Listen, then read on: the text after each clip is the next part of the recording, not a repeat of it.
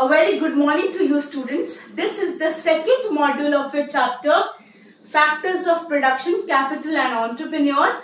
In the last class, we had discussed the meaning of capital and the various categories of capital goods. We just did the introduction of that chapter. Today, we are going to do some categories of capital that are fixed capital, working capital and human capital. Fixed capitals are the equipments or the machines that the business is going to use for a longer period of time for the purpose of production. So they have a lot of potential for future use. Okay, machines and big equipments, they are used for a longer period of time.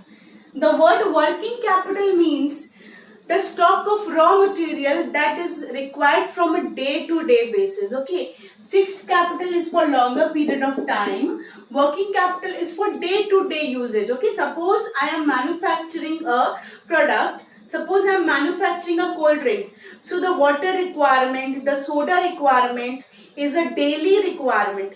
That will be working capital. Okay, suppose in a cola manufacturing company, soft drink manufacturing company, the big machines that is going to be used for a longer period of time is fixed capital, and the water and the soda that is used daily as a raw material will be working capital. Okay, working capital consists of stock of raw material, semi-finished goods, finished goods. We discussed the concept in the last class. Okay, human capital consists of improvement in quality of human resource. Okay, human are the biggest asset for an organization. Okay, because they are the one who leads the production activity, they are the one who does the planning activity. So human capital means investment in the education, health of the workers. Okay, improving the efficiency of the workers. And how are we going to improve the human capital? Through education, providing them training, providing them skills will help us to improve the human capital. Okay.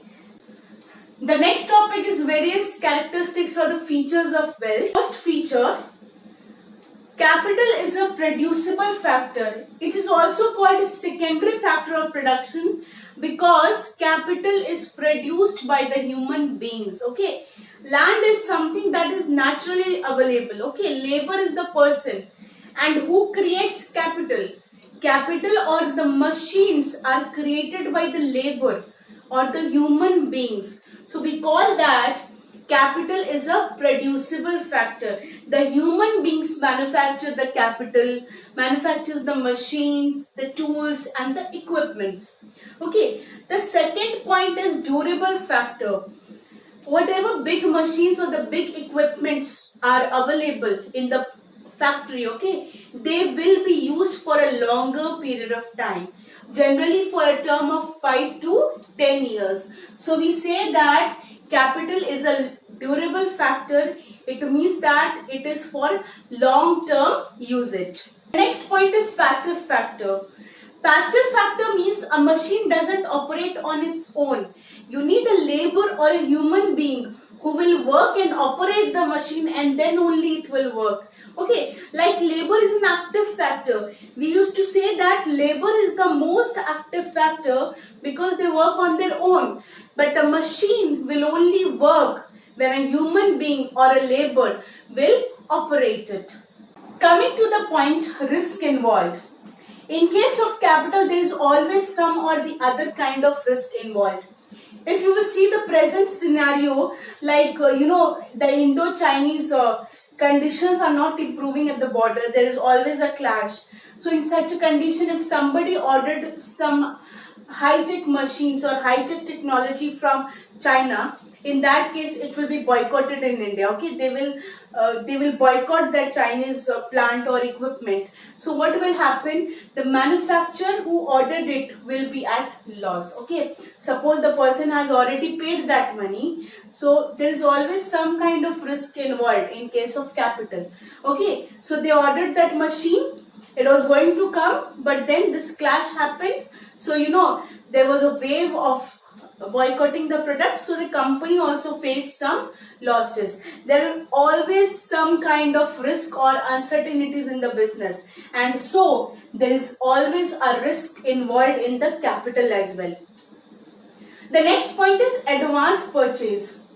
You generally purchase the machines in advance even before the production starts, okay? Because the big plants and equipments, they need proper installation before the production will start, okay? You cannot start production till that plant and machinery is properly installed. So you need to make advance purchase of capital or the machines so that the production can start on. Next point is capital is a part of wealth. Wealth is a wider term and capital is included in wealth. It is just a part of wealth. Wealth consists of both physical capital and financial assets or capital. Okay, wealth consists of both physical capital and financial capital like the money. Okay, when we are talking about capital here, we are just talking about the physical capital, that is the machine, equipment, plant. Okay, we are not talking about the money involved in it. So wealth is a wider term than capital. Capital just means machines and the equipments, whereas wealth means both physical capital and the money matter, the financial assets, the shares or the debentures, okay? It consists everything. So these are the various characteristics of capital. We shall proceed with the next portion in the next module. Thank you, students.